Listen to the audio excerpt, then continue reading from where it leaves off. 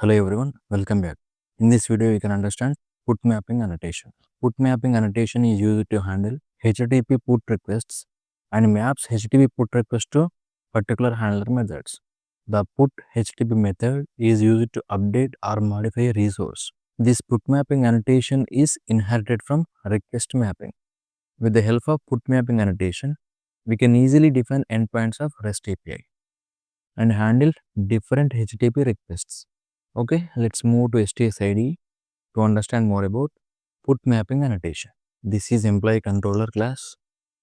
In this controller class, I am implementing one method, public response entity employee update employee return. As of now, returning null. On top of method, I am using @put mapping annotation, specifying endpoints like /API/update employee. Here I am using one URI template variable, that is ID. In the method parameter, I am passing employee as the object. Employee. Using request body responsible to convert the JSON data into Java object. And also I am using @path variable ID integer ID. Employee dot set employee ID, that is ID.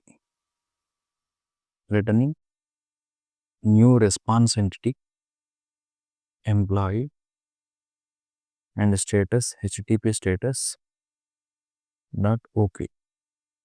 Here I am creating one URL, that is http://localhost:8080/ the base URL is employees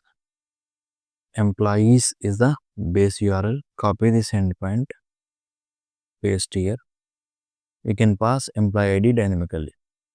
For example, employee ID 1. I will use this URL to make put request from Postman tool. Copy this. Let's start the application.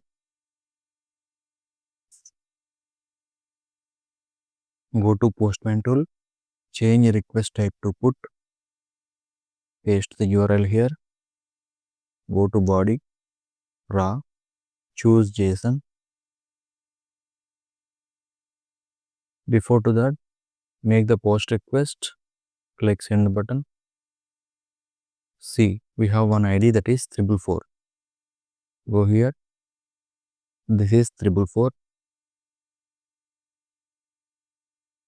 Copy this.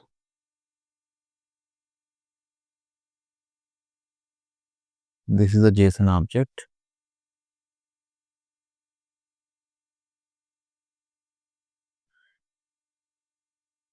In the post response, Vijay location is Delhi. Now I am changing the location to Pune. Using this ID, click on send. See, this is the employee address, change it to Pune. This is all about put mapping annotation. Okay, I will see you in the next video.